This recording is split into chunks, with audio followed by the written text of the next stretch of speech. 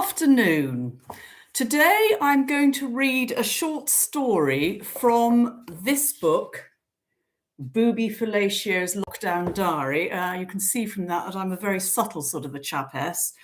So about 10 years ago, just after the publication of my first two books, which are called Undercarder Idris and Long-Leggedy Beasties, for some reason, a wonderful character came into my mind and my imagination.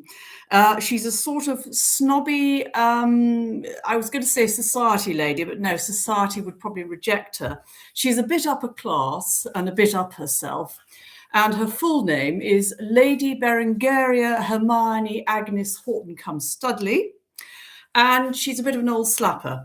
Particularly, she has a particular penchant, as you might say, and I just did, for much younger men.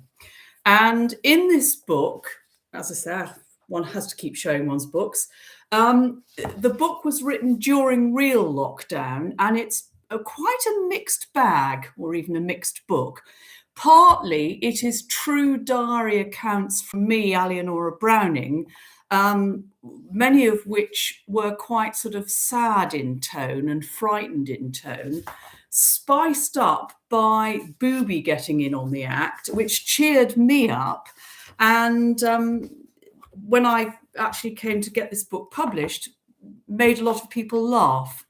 So, as I say, I've made it very clear on this video that it is not for younger people. You know, I don't sort of beat about the bush, and nor does Booby. So Booby in Accident and Emergency, and I will probably put on a slightly different, slightly posher voice for this, because she does. Okay?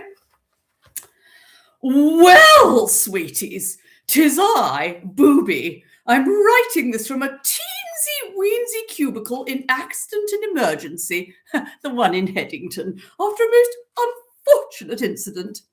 As you will, I am sure, be aware, I simply love Congress in the countryside, and am never happier than when fornicating energetically with a horny hunk under tree, in forest pool, against hay bale, and so forth.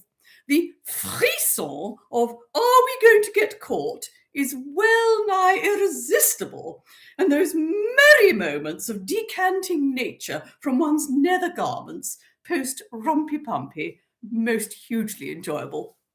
For all that I have long prided myself on being the leg-over-under queen, a true mistress of the art of the beast with the two backs, Rupert's suggestion for a bit of gladsome dipping the old wick, his words, not mine, took me to a new and frightful world.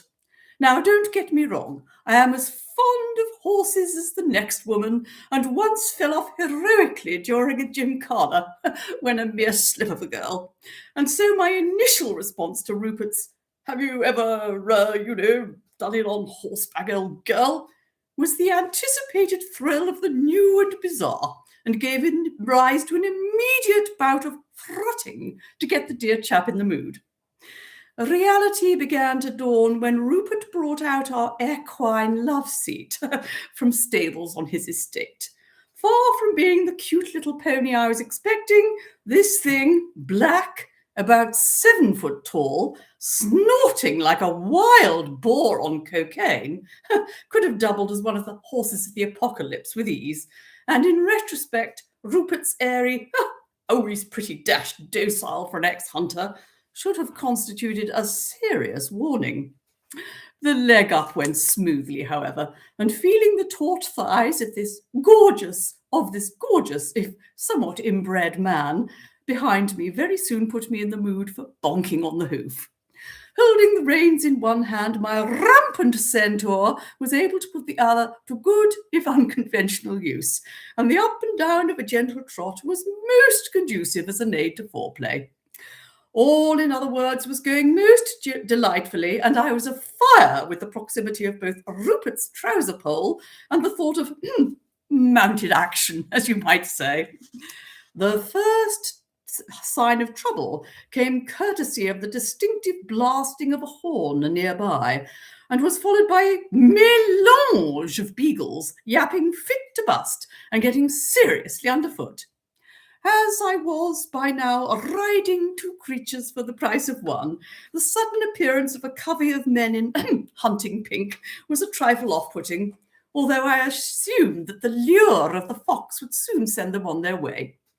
All would, I am sure, have been fine had the master of the hunt not chosen that moment to blow an ear-shatteringly loud view-halloo, and in so doing awaken long-repressed hunting urges in our Mephistophelian mount. The hunt poured over a hedge at full gallop.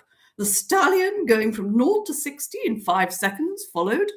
Chafing was frankly the very least of our problems. The sudden acceleration in speed disrupted our rhythm, causing me to feel as if I were being impaled, and when the hell steed stumbled on a small rock, Rupert to scream like a stuck pig. I must say the master was jolly decent about our ruining his hunt, and sent for an ambulance immediately. Bit of a first for the paramedics, I suspect, and although they were very professional, I'm sure I caught a slight snigger from the younger one as Rupert was winched off the horse, clutching his wounded pride and joy, and wailing bunged on a stretcher. The contusions within my lady labyrinth were minor, but I caught my left foot in the stirrup as I dismounted, and fear I may have sprained an ankle.